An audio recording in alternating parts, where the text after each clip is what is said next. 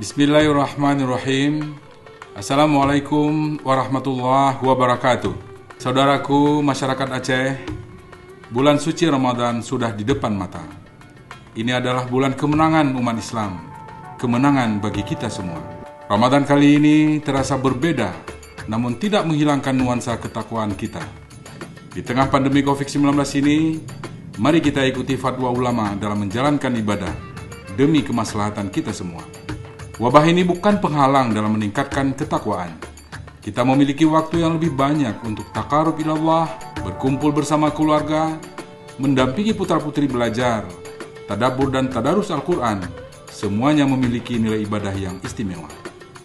Mari kita sambut Ramadan dengan penuh keimanan dan memohon ampunan Allah Subhanahu wa Ta'ala.